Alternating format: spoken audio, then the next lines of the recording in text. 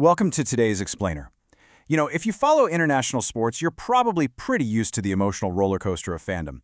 But every now and then, a situation arises that is just so absurd, so perfectly chaotic that we absolutely have to talk about it. Today, we're diving into a fascinating piece of sports analysis all about the Scottish national football team. Right now, they find themselves in a truly unbelievable tournament situation. We're going to unpack how this team has taken the incredibly grim, nail-biting concept of mathematical tournament survival and literally elevated it into an art form. It's wild. Just listen to how the author of our source text describes Scotland's current predicament. They call it, and I quote, an existential tightrope walk where the safety net is woven entirely out of goal difference permutations and blind optimism. I mean, let that sink in for a second. We're not talking about a team relying on, say, scoring a bunch of goals to advance. We're talking about a team whose entire survival strategy rests on complex math and blind hope. It's a wry, almost academic way to point out that scraping by has somehow become their defining characteristic. Okay, let's dive into this. First up, Section 1, the Boston Wreckage. To really understand this absurd math, we have to look at the stark reality on the pitch. Picture this. Steve Clarke's men are playing a crucial match against Morocco on a heavy, humid night in Boston. Right out of the gate, just 71 seconds in, Morocco's Ismail Sabari scores a lightning-fast goal. The author actually compares conceding a goal this early to the footballing equivalent of stubbing your toe on the way out of the tunnel. It's just a total immediate deflator. And then, well, for the next 88 minutes, Scotland puts on this masterclass of stoic resistance, but they completely fail to register a single shot on target. 0, not 1. Yet, miraculously, they somehow limp out of the stadium with their tournament pulse barely beating. Moving on to Section 2, the math of survival. This is where we see the incredibly rapid, almost predictably calibrated shift in the BBC media narrative.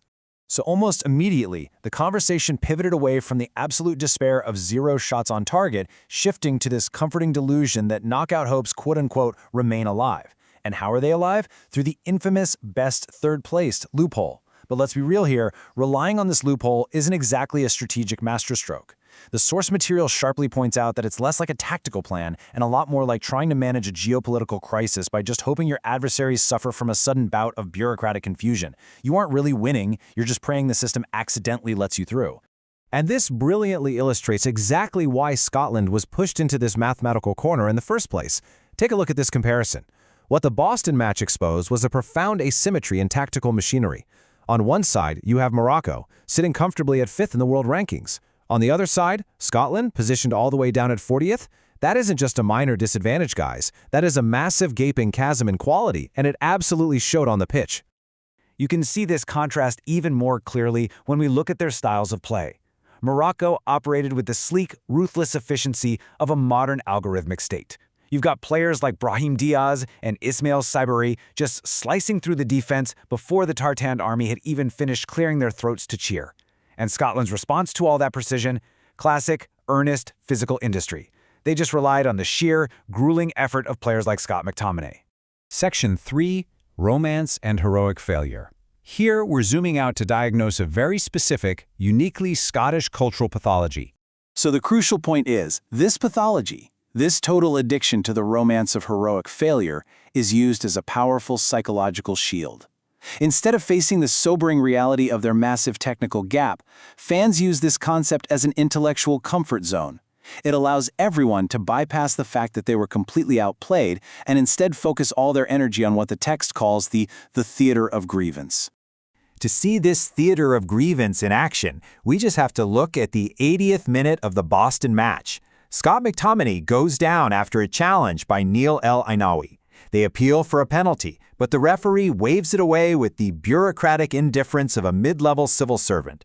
Now, instead of analyzing the team's total failure to threaten the box for the entire game, the narrative spends the next 4 days obsessing over this unrewarded penalty shout.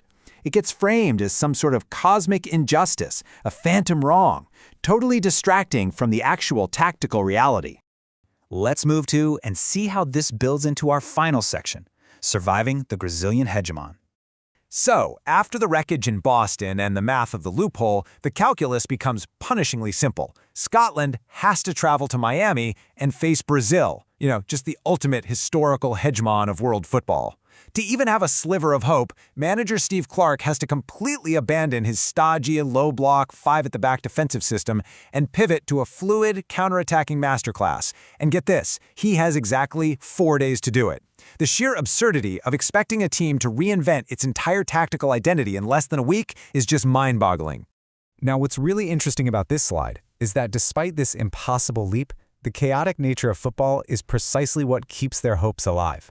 The author perfectly captures this by saying, expecting Scotland to pivot against Brazil is like expecting a 19th century steam engine to suddenly achieve low Earth orbit. It's an incredibly funny and painfully accurate analogy, but that's the beautiful paradox of this sport, isn't it? Football is chaotic enough that somehow, impossibly, hope remains. Ultimately, what Scotland achieved in Boston wasn't actually an escape. They haven't avoided the fire at all. They've merely negotiated an extension on their lease in the frying pan. They bought themselves 4 more days. But to actually advance to the round of 32, relying on grim arithmetic just won't cut it against a giant like Brazil. They're going to need to find some genuine creative color. They have to actually pose a real threat. Which brings us to the ultimate question. Will Scotland finally find that spark of genuine creative color in Miami? Or are they merely delaying the inevitable grim arithmetic of survival?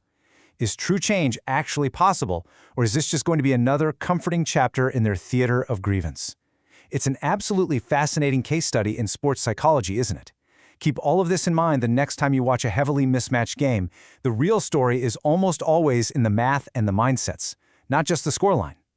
Thanks for joining me for today's Explainer, and I'll see you next time.